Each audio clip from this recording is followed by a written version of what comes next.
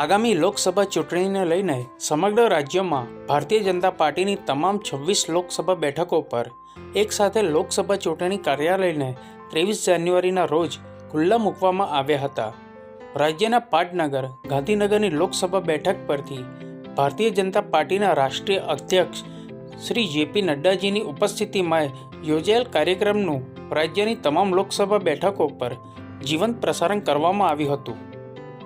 આ પ્રસંગે રાજ્યસભા સાંસદ શ્રી નરહરિભાઈ અમીન, પ્રદેશ મંત્રી શ્રી જાનવીબેન વ્યાસ, જિલ્લા પ્રભારી શ્રી રાકેશભાઈ શાહ, લોકસભા પ્રવાસ યોજના પ્રભારી શ્રી શબ્દશરણભાઈ બ્રહ્મભટ્ટ, જિલ્લા પ્રમુખ શ્રી રાજેશભાઈ પટેલ, સાંસદ શ્રી મિતેશભાઈ પટેલ, વિધાનસભાના નાયબ મુખ્ય દંડક શ્રી રમણભાઈ સોલંકી, ધારાસભ્ય શ્રી વિપુલભાઈ પટેલ, શ્રી યોગેશભાઈ પટેલ, શ્રી કમલેશભાઈ પટેલ, જિલ્લા પંચાયત પ્રમુખ શ્રી હસમુખભાઈ પટેલ, પૂર્વ સાંસદ શ્રી દિલીપભાઈ પટેલ, શ્રી દીપકભાઈ પટેલ, પૂર્વ જિલ્લા પ્રમુખ શ્રી મહેશભાઈ પટેલ, શ્રી જયપ્રકાશભાઈ પટેલ, અમૂલ ડેરીના વાઇસ ચેરમેન શ્રી કાંતિભાઈ સોડા પરમાર, કેડીસીસીના ચેરમેન જિગ્નેશભાઈ પટેલ, પૂર્વ જિલ્લા પંચાયત પ્રમુખ શ્રી હંસાબેન પરમાર સહિત જિલ્લા સંગઠન અને તાલુકા સંગઠનના પદાધિકારીઓ અને કાર્યકરશ્રીઓ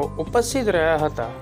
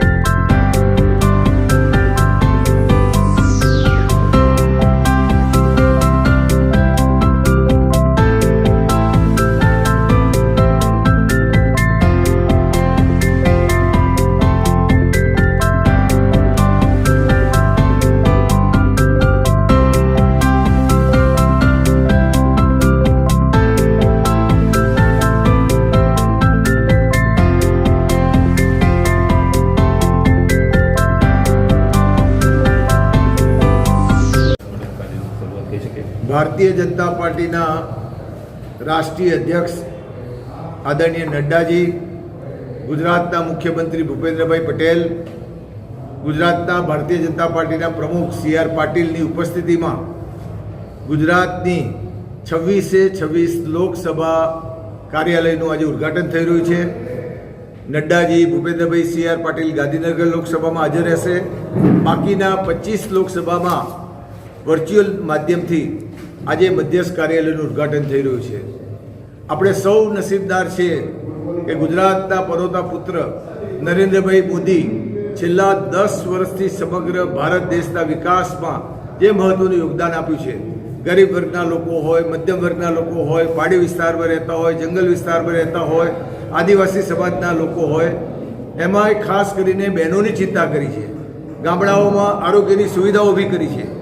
એનો લાભ અને એને કામ કરેલા જે ભારતીય જનતા પાર્ટીની સરકારે છે એ ગુજરાતની 26 લોકસભાની ચૂંટણીઓમાં ફરીથી હેડ્રિક વિજય થવાની છે. અમારા પ્રમુખશ્રીનો ટાર્ગેટ છે કે આ લોકસભાની ચૂંટણી 26 5 લાખ કરતાં પણ વધારે મતોથી જીતીએ એ દિશામાં ભારતીય જનતા પાર્ટીના તમામ કાર્યકર્તાઓ તન મન અને ધનથી લાગ્યા છે. આજે 26 લોકસભાના ચૂંટણીનું કાર્યાલયનું ઉદ્ઘાટન થયા પછી અમારો એક કાર્યકર પ્રજા પાસે પહોંચીને ભારતીય જનતા પાર્ટીએ 10 વર્ષમાં કરેલા કામો અને આપણે સૌ નસીબદાર છે કે 2019 ઓગસ્ટમાં રામ મંદિરની પ્રાણ પ્રતિષ્ઠા અયોધ્યામાં નરેન્દ્રભાઈ મોદીના વરદ હસ્તે થયેલું અને કાલે 22મી જાન્યુઆરી 2024ના દિવસે પ્રાણ પ્રતિષ્ઠા થઈ.